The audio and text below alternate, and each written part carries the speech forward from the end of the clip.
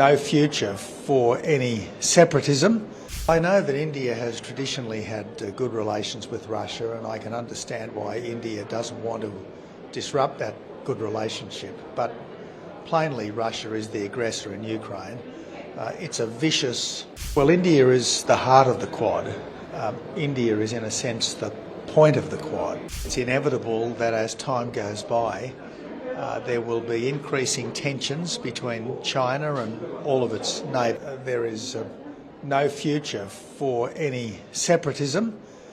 I think that people who might be unhappy with the status quo should work within the system to make it better, rather than engaging in divisive and at times potentially violent activities against modern, democratic, pluralist India.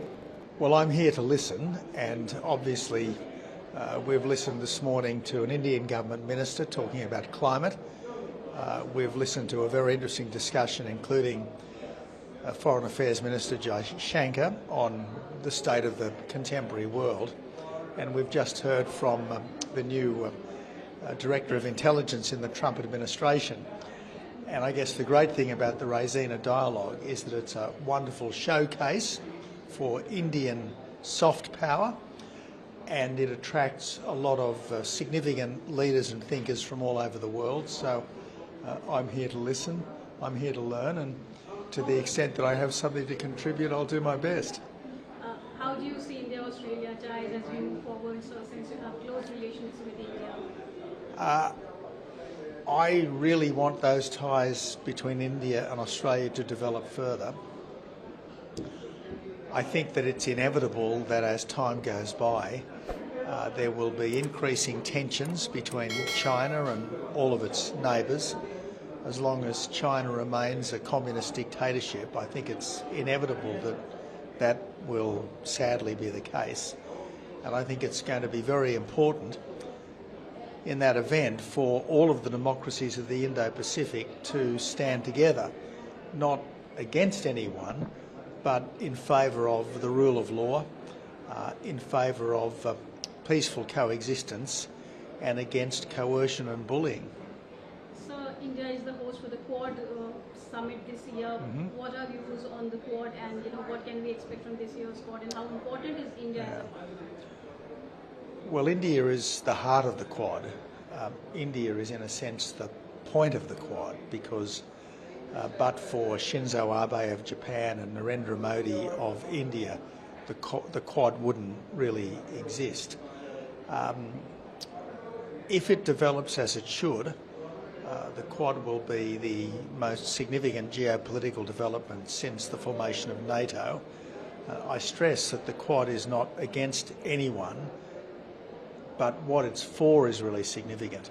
The Quad is for democracy, the rule of law, and the rights of all countries to exist in peace without bullying from large and aggressive neighbours. And particularly given the way China, under the current leadership, has bullied all of its neighbours, I think the Quad is incredibly important. Now, the Quad has no formal structures. The Quad has no written documents. It's a bit like the Five Eyes, and the Five Eyes security partnership has probably been the most important security partnership the world has ever known. And if the leaders of the Quad countries respect the Quad, contribute to it, work on it, the same way the Five Eyes partnership has been respected and worked upon these last 7 decades, well, I think the Quad could be an extraordinary force for peace and development in the decades to come. So just last question, we have 2 ongoing wars, Russia, Ukraine, Israel, Gaza. How do you view the situation, and also what will your comment on India's role in this? Well, I know that India has traditionally had good relations with Russia, and I can understand why India doesn't want to disrupt that good relationship. But plainly, Russia is the aggressor in Ukraine. It's a vicious imperialist war that Russia is waging in Ukraine. I can understand why everyone wants to see the war come to an end as soon as possible. I want to see the war come to an end as soon as possible, but it's got to come to an end on a just basis.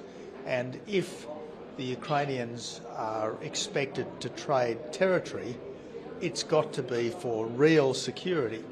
And the only real security is security guaranteed by the presence of serious troops from serious countries that will ensure that any ceasefire does not just become a brief pause